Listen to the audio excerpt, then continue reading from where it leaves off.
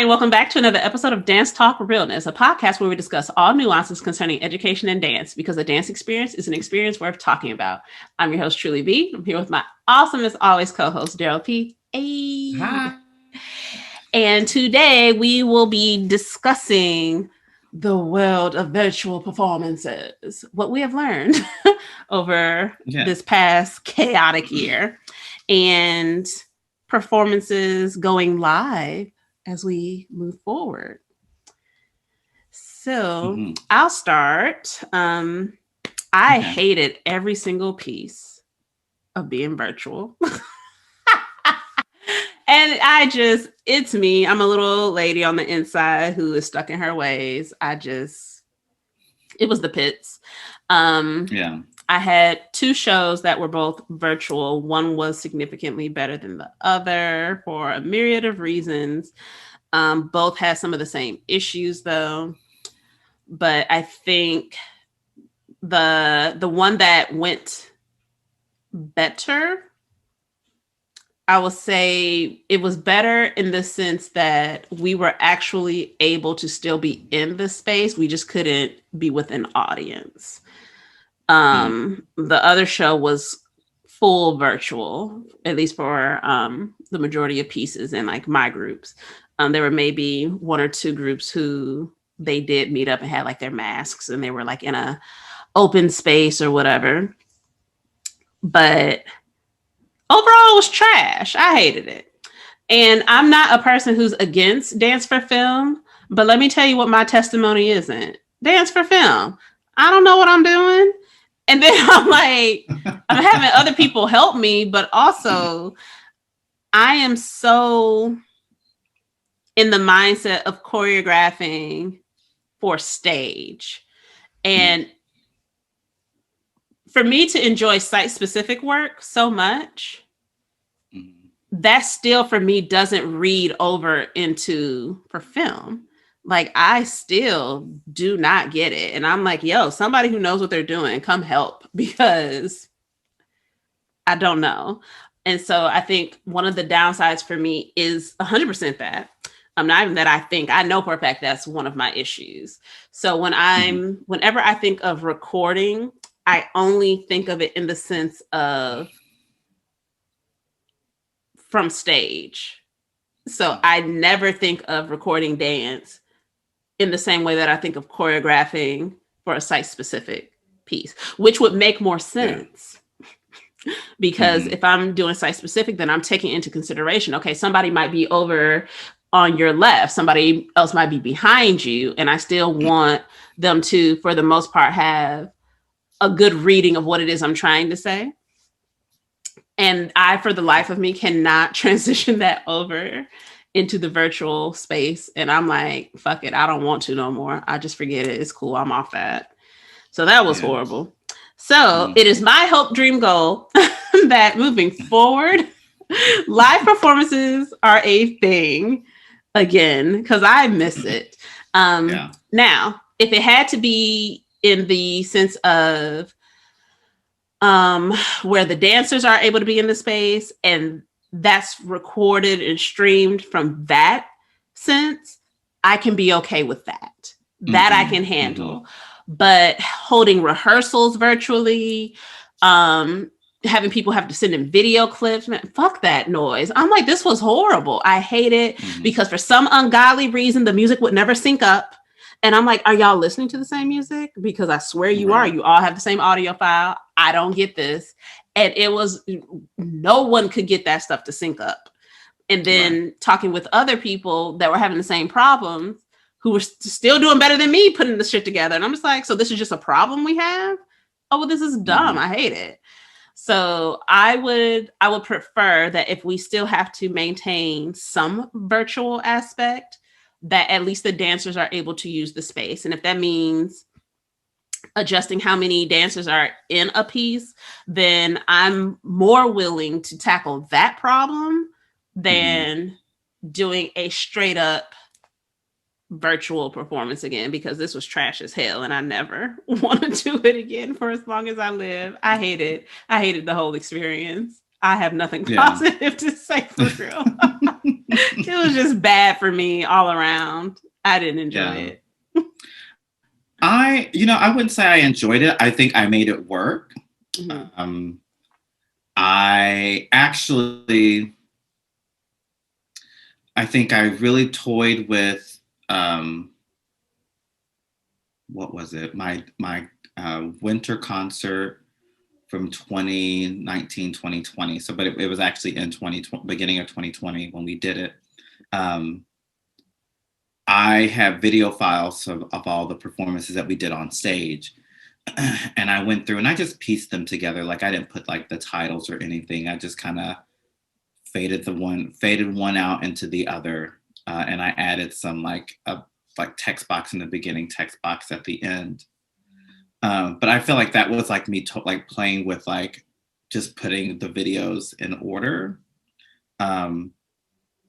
I kind of want to go back and watch my very first virtual concert that I did a year ago, and looking at like what I produced this year for it. It wasn't terrible, but I am not like like you said, you had the same video file.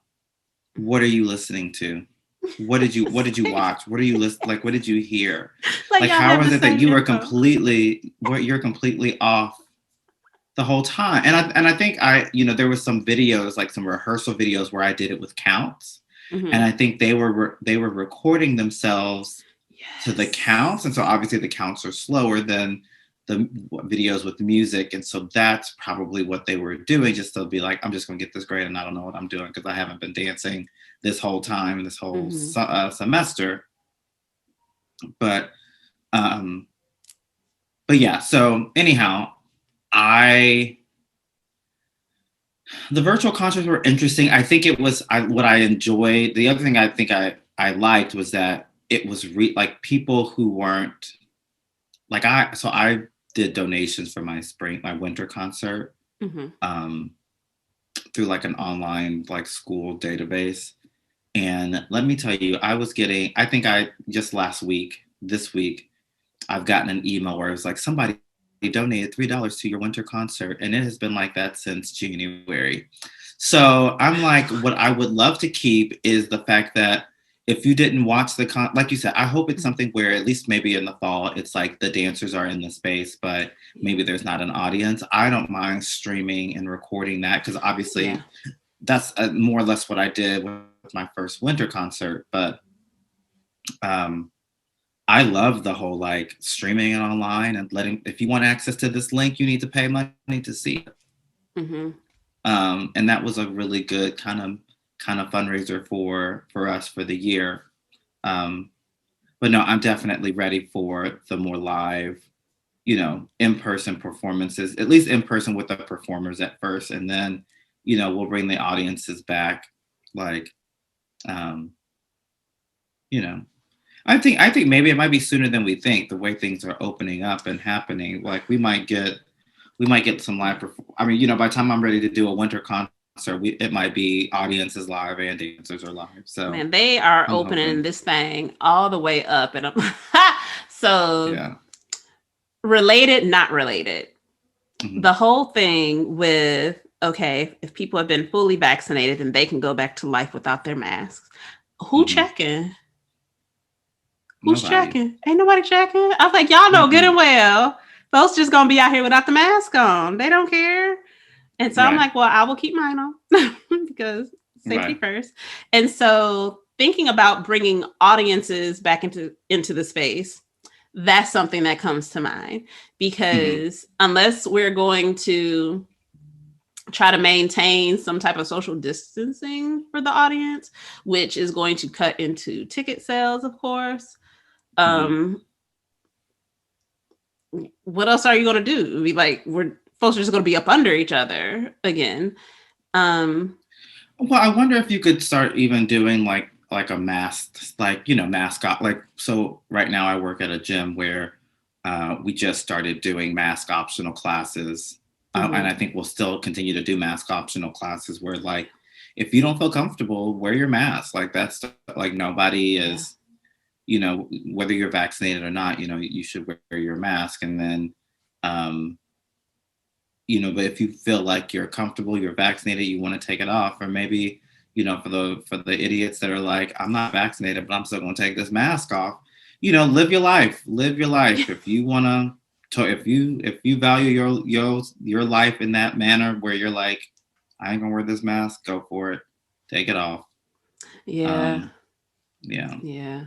Because to be fair, I am fully vaccinated, so I'm like, I mean, y'all want to be out here gambling, y'all go ahead.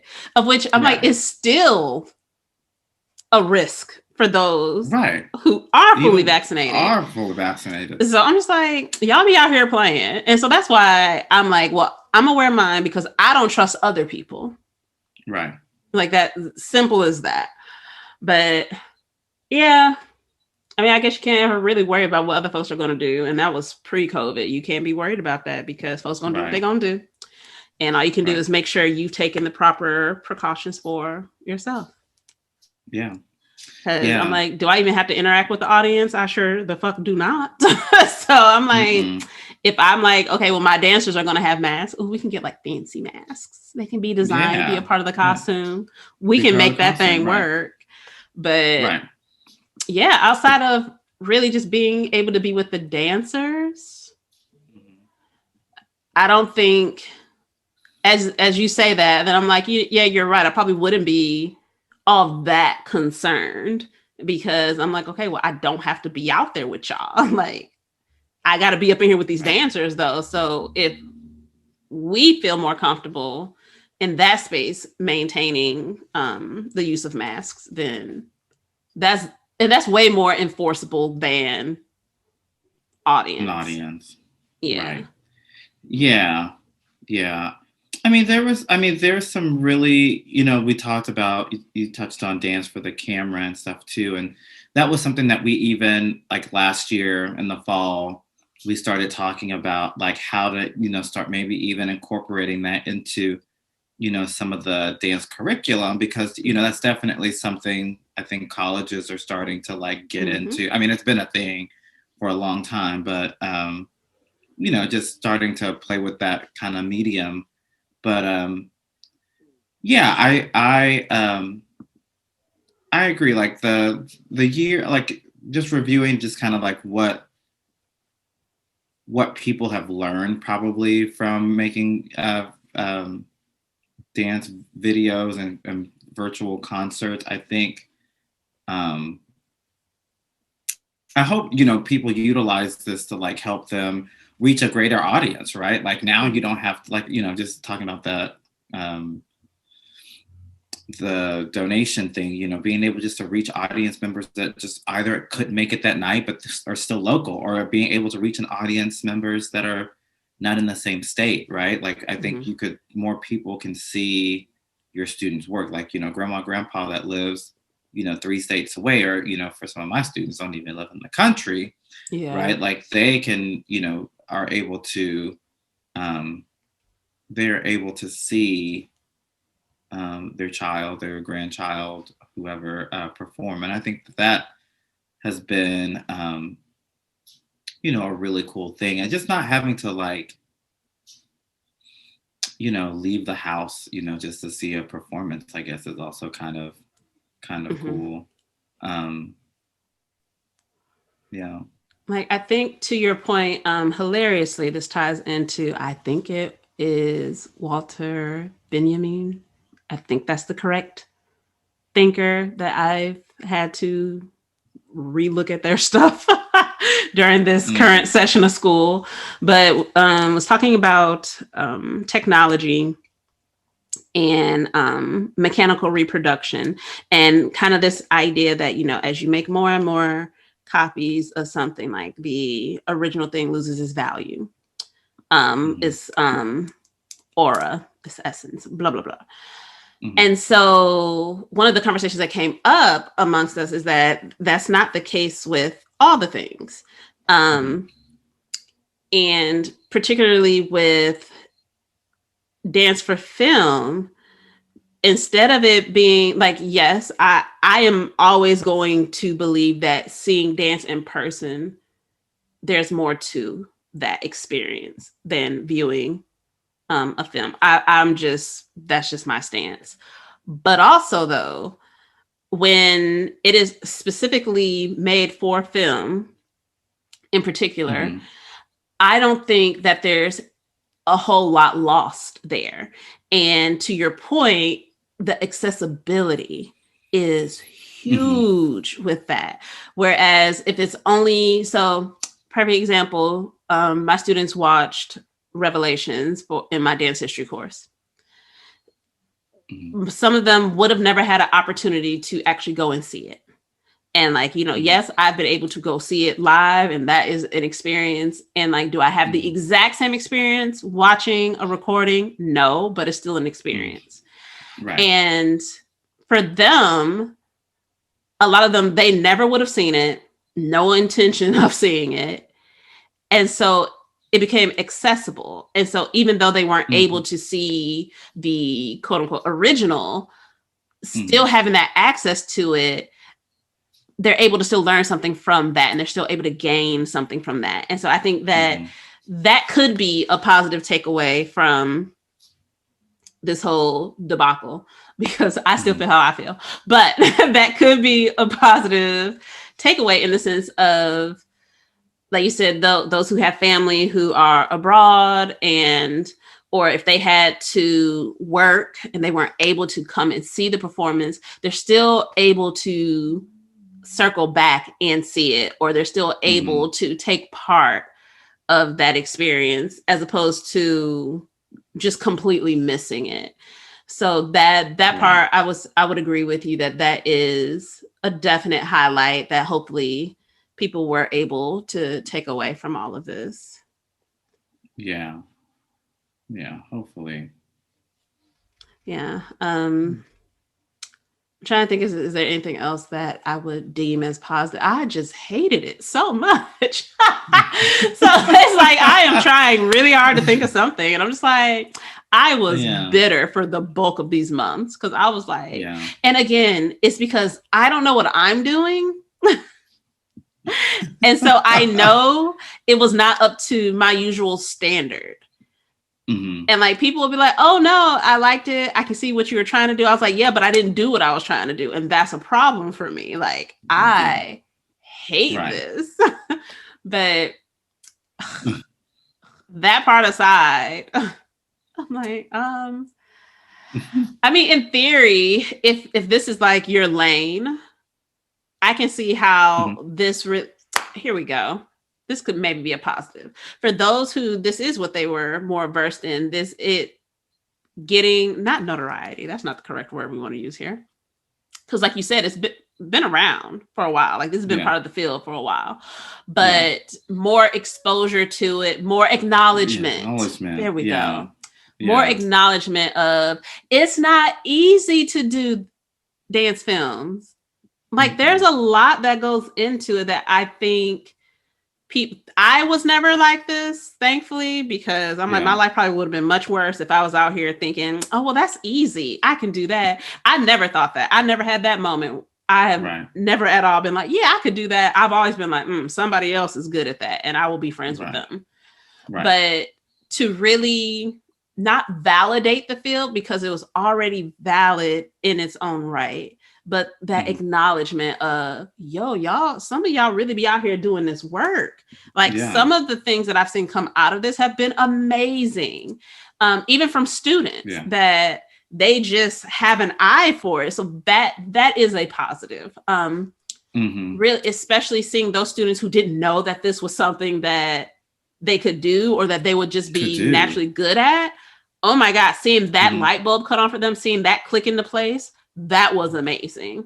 And I'm like, I need these students to be in my classes so they can help a sister out, because this ain't my testimony. I am not good at it. I've taken a class in it. Like, I have taken classes. I had to for the MFA, and I was like, that whole class was the pits for me, because I'm like, my brain don't work like this.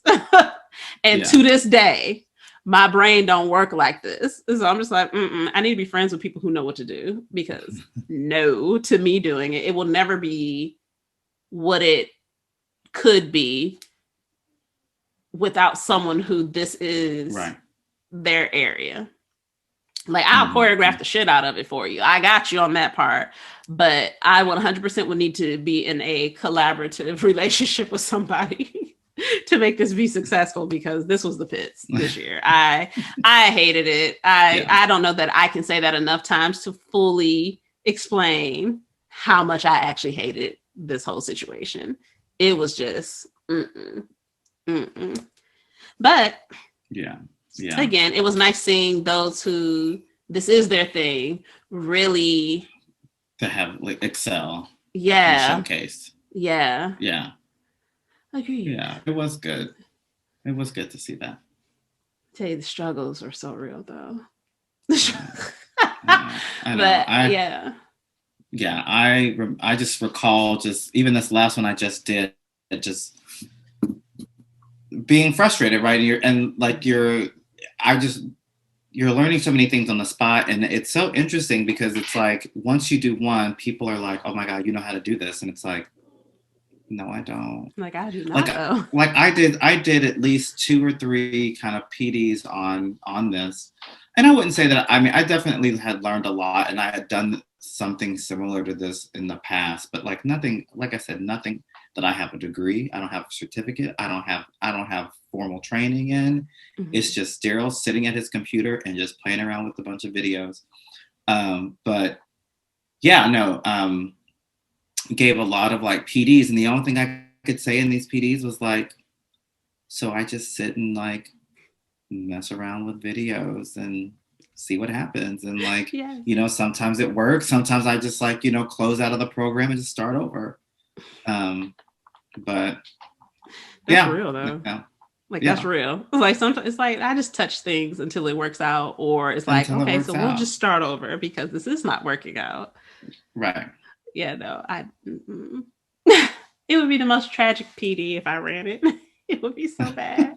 I'm like, y'all just touch buttons. Touch a button.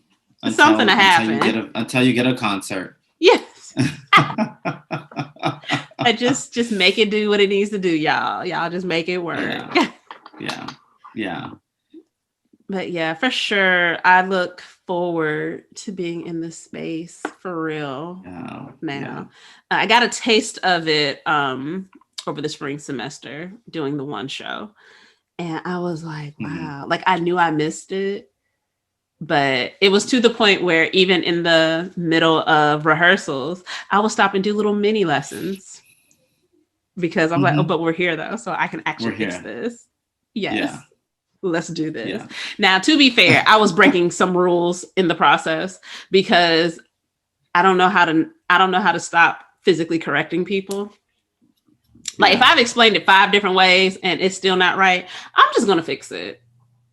So I wasn't supposed to do that, but we're here now, so it's fine. Right.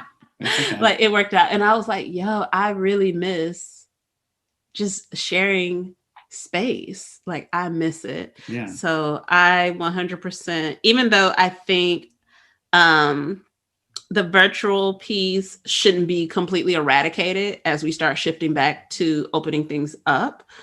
I definitely really do enjoy the accessibility, and I appreciate that some people, this is their thing. And so they deserve to maintain as much space and time in the spotlight as possible.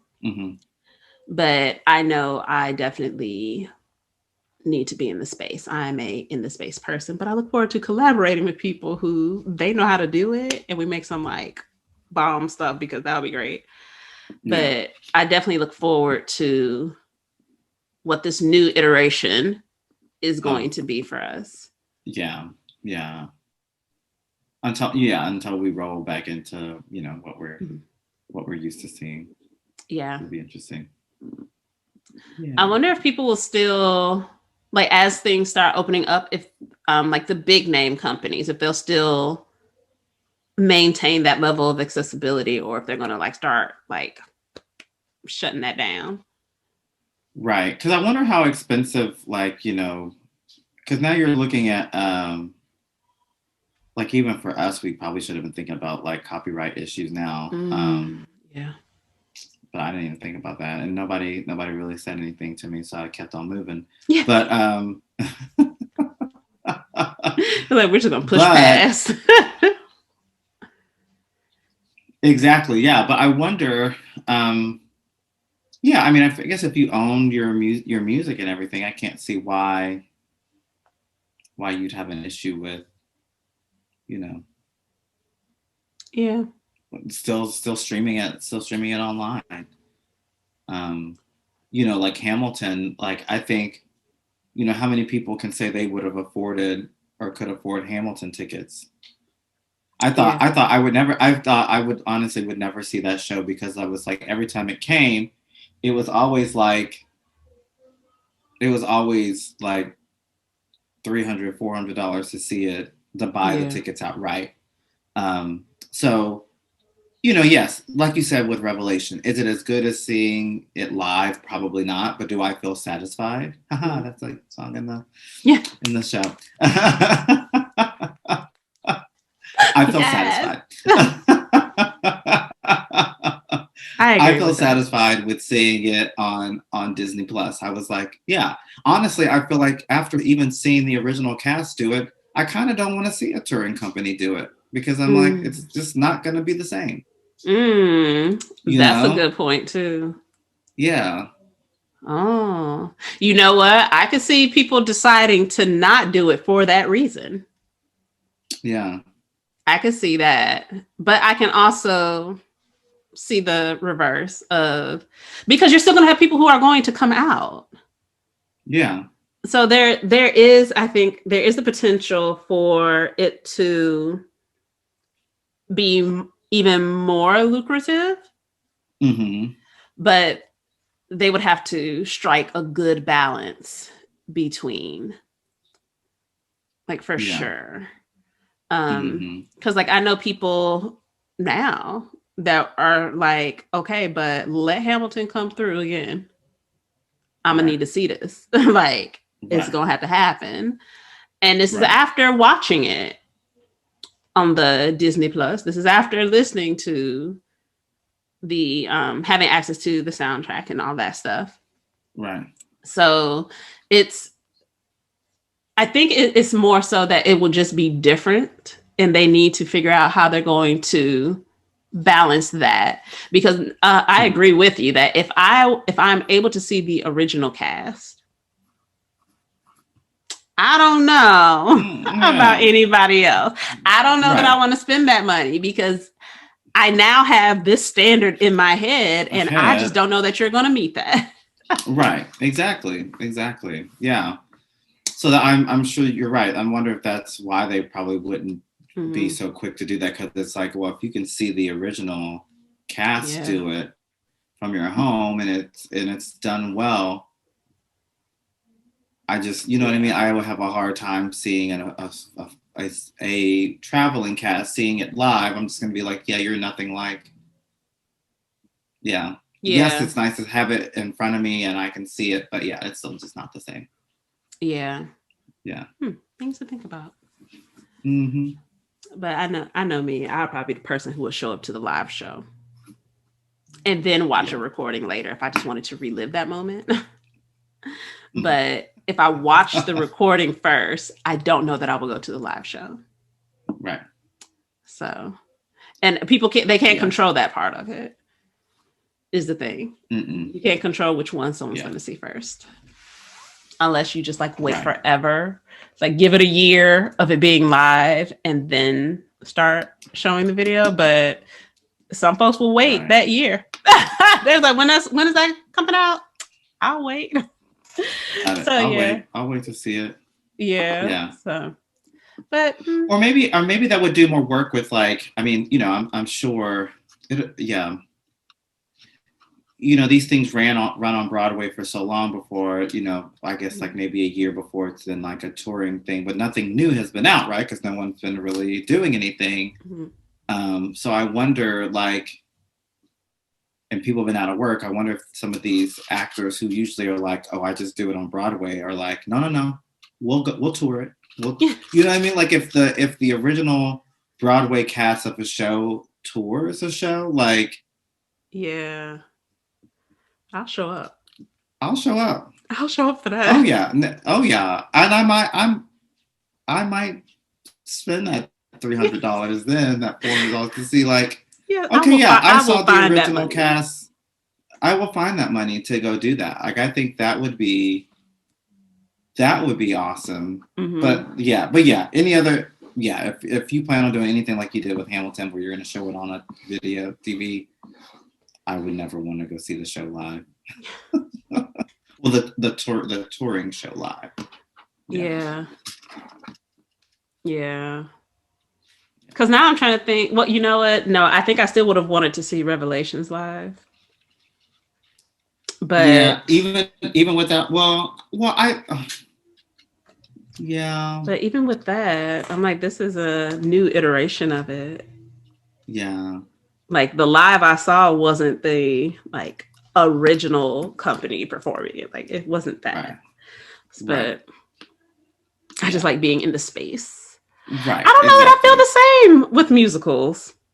I don't know that I do. Huh. Or there's always somebody voice that just isn't right, or like I've seen Wicked like several times, and I've heard the soundtrack several times, and obviously they don't have a full recording, but they have like snippets of like the Broadway with Kristen Chenoweth and Idina Menzel, and it's like, you just then as I think as a touring production manager or casting, like you just got to cast those voices that are going to really take that audience member to like, oh, that's Kristen Chenoweth singing that, even though it's not, or that's Idina Menzel singing that, even though it's not, or like, like doing Dreamgirls. Like, I think that's one where like, if you probably could skim on certain people's parts, but they're just certain like, like there's certain roles that you're like roles. Color Purple, like if you can't hit these notes, if you can't sing these notes like the original, and I think that's fair though. It ain't worth the money. It ain't worth the money to see. Because it's not. I'm like you said, like certain roles, you're just like, but you just kind of have to be like this original. Like you just have to, and then we can fill in the rest of them gaps and be all right. But it can't. No. Okay, you know what? to tie it back to Revelation. So one of my favorite selections. So if we're doing Fix Me Jesus, and whoever that lady is, if she can't, let's say she can only get her leg to 90 degrees, baby, that no. Because see, I know what this part looks like.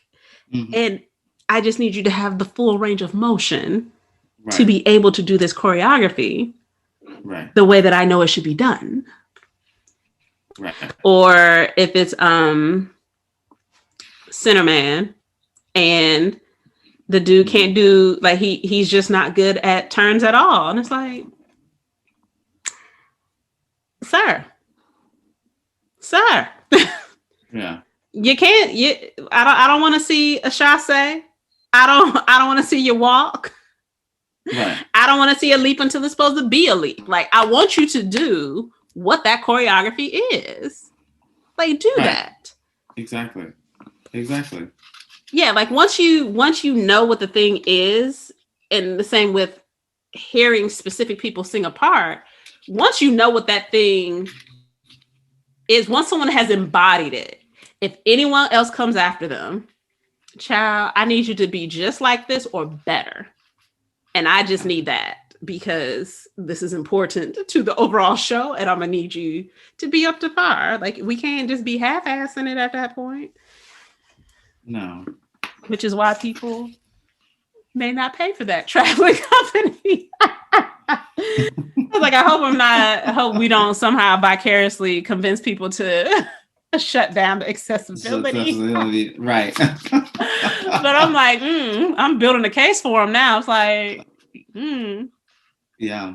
Yeah, that was the thing. Yeah, it is. Maybe that's probably. I mean, they probably have had obviously know and have access to sharing something like that, but that's probably why they haven't. Yeah. Haven't done that because they know it's when you see the original, it's hard to see it any other way. So yeah, no, that's fair. Yeah, like once you've seen it, and it's just like you don't want anything else. You don't want the knockoff version. Not to treat people like that, but that's how it be feeling sometimes. You're like, oh, this wasn't as good, and then you mad, and don't nobody want to take that risk. All righty, awesome. If y'all have any comments, questions, or any of that jazz for us, drop us a line. I didn't even say thank you for joining us here. Sorry. Thanks, guys. Like Daryl yawned and passed the yawn to me. And I was I did. Now I need a whole nap. So thanks everybody for joining us here yet again at Dance Talk Realness. If you have any questions, comments, or anything for us, feel free to drop us a line. Be sure to like, comment, follow, subscribe across all the places where you can find us, all that jazz. And we look forward to bringing you some fresh new content next week. We'll see you then. Bye.